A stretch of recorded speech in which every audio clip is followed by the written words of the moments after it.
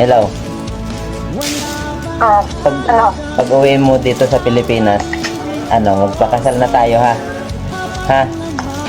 May pira ka na pang gastos. Hindi nga. Paghandaan mo nga. Di ba sa March ka pa uuwi o ilang buwan pa yon? Anong buwan na ngayon? July, August, September, October, November, December, January, February, March. 9 months pa yun, no? Mapapaghandaan mo pa yan. Makaipon kang mga 150,000. Ayos na yung pangkasal natin. No?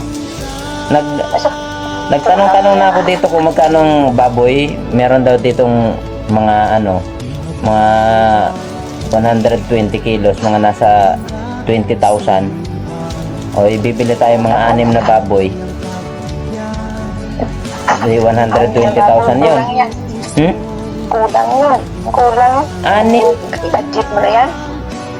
Kulang yun. At sabi mo na 150,000. Ikaw ang pag-ipunan mo yun, hindi ako. Hindi, ikaw nga yun. Ikaw nga, Brody. Siyempre, buti nga, swerte mo na sa akin. Papakasalan na kita eh. Isang ka pa maghahanap ng ganito kagwapo. Tapos papakasalan ka. Wala namang magpakasal sa'yo ng ganito kagwapo. Tapos ako yung pakasal ka, tapos ako yung maghahanda. Hindi, wow. Hindi pwede. Eh, kaya nga, wala naman sa'yo magpakasal na ganito kagwapo. Swerte mo na. Babae, tapos ako yung gagastos. Hindi pwede na ako yung gagastos. Ikaw bahala ka, hindi ako magpapakasal. Kung ako lang naman yung gagawin ako magpapakasal sa'yo. Swerte mo na nga. Swerte mo na nga kasi gwapo oh. Magpapagupit ako mamaya, lalo mo makita yung kagwapuan nito. Ha? Paghandaan mo yung kasal natin ha.